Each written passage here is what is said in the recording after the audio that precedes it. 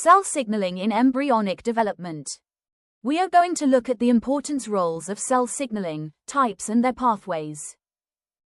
Cell signaling allows cells to communicate, respond to positional cues, and make developmental decisions.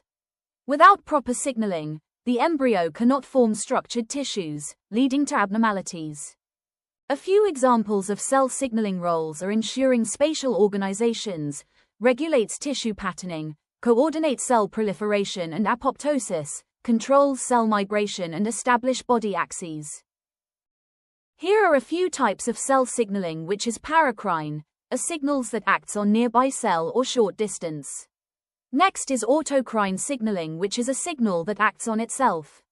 Endocrine signaling produce signals that travels through the bloodstream to distant cell, usually known as hormone. The last example is intracrine signaling, which acts inside the same cell without being secreted. These are the major signaling pathways in embryonic development from paracrine signaling. Firstly, WNT signaling pathway.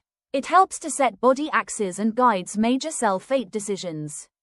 Secondly, hedgehog pathway, important for patterns the neural tube, limbs and midline during the development.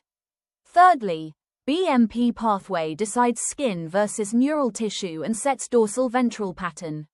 Next is FGF signaling pathway, which drives limb formation, brain development and vascular growth. Lastly is the Notch signaling pathway. It controls the segmentation and makes neighboring cells adopt different fates.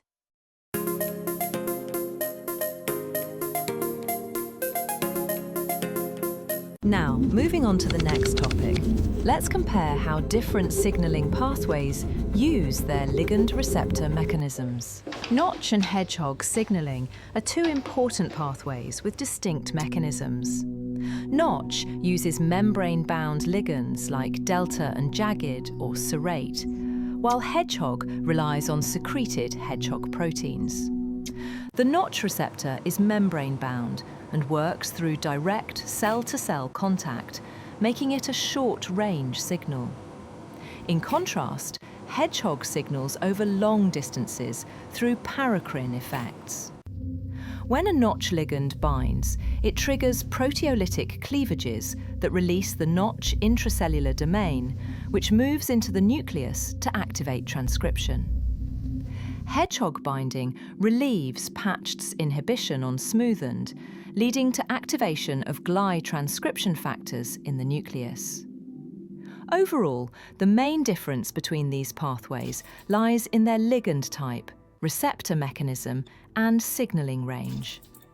Both pathways control gene expression, but use very different strategies to do so.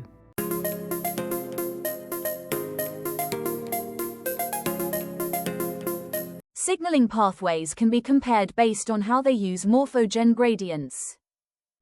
The hedgehog pathway is a classic example of a morphogen-based signaling pathway. Hedgehog proteins are secreted and spread across tissues, forming a concentration gradient. Different hedgehog concentrations lead to different cellular responses and cell fates. In contrast, the Notch signaling pathway does not function as a morphogen. Notch signaling requires direct contact between neighboring cells, so the signal does not spread.